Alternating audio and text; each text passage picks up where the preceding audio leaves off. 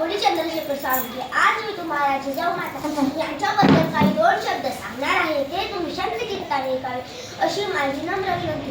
घेऊन हाती तलवार, घेऊन हाती तलवार, छाटला मुघली अहंकार, छाटला मुघली अहंकार. जिजाऊ तुमच्या नावाचा, जिजाऊ तुमच्या नावाचा, दाही दिशा जय जयकार, दाही दिशा जय जयकार.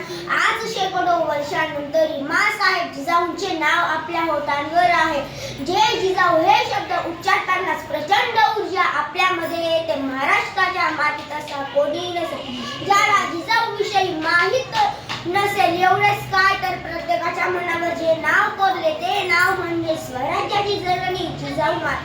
12 जानेवारी 1598 साली बुलढाणा जिल्ह्यातील शिंदखेडा येथे जिजाऊंचा जन्म झाला. जिजाऊंच्या वडिलांचे नाव लखुजीराव जाधव व आईचे नाव म्हाळसाबाई असे होते.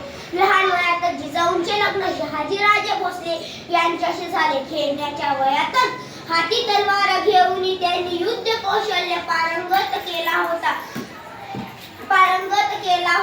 जाधव व भोसले या दोन्ही घरांची परंपरा जिजाऊंकडे होती. तो काळसा होता की सर्वत्र मुघलांचा अत्याचार होत होता. स्त्रियाही सुरक्षित नव्हत्या. या सर्व परिस्थितीची चीड जिजाऊंच्या मनात होती. या अत्याचारातून मुक्त व्हायचं असेल तर आपल्या लोकांचे राज्य असायलाच हवे असे त्यांना वाटत होते. म्हणूनच मला असे म्हणावेसे वाटते की झुकला तख्ता दिल्लीचा, झुकला तख्ता दिल्लीचा आणि भगवा फडकला आसमानी, आणि भगवा फडकला आसमानी. जिजाऊ तुमच्या नावाचा, जिजाऊ तुमच्या नावाचा.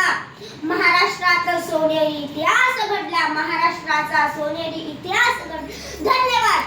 वाव, सुंदर.